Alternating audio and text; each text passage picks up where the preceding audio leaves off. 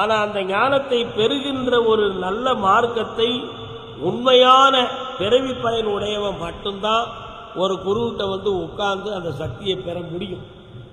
பாக்கி எல்லாரும் கதை மாதிரி கேட்டுக்கலாம், கருத்து மாதிரி புரிஞ்சுக்கலாம், ஆனால் விஷயத்துக்கு வர முடியாது. இதுதான் அந்த இடத்துல ரொம்ப முக்கியம். அதனால 3 விதத்தில் கண்ணதாசன் பாட்டு எழுதினார். 4 விதங்களிலே தினம் நாட்டியம் ஆடுகின்றார்.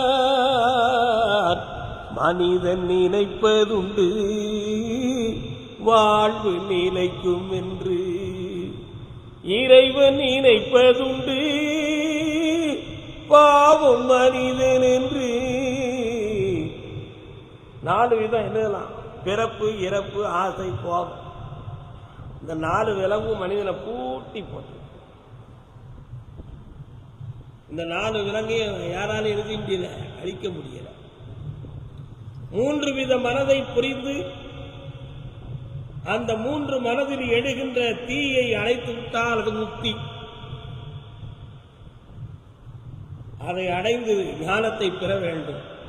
இறைவன் மீது பக்தி கொள்ள வேண்டும். குருவின் மீது வஞ்சகமில்லாத விசுவாசம் இருக்க வேண்டும். குருவை உண்மையாக நேசிக்க வேண்டும்.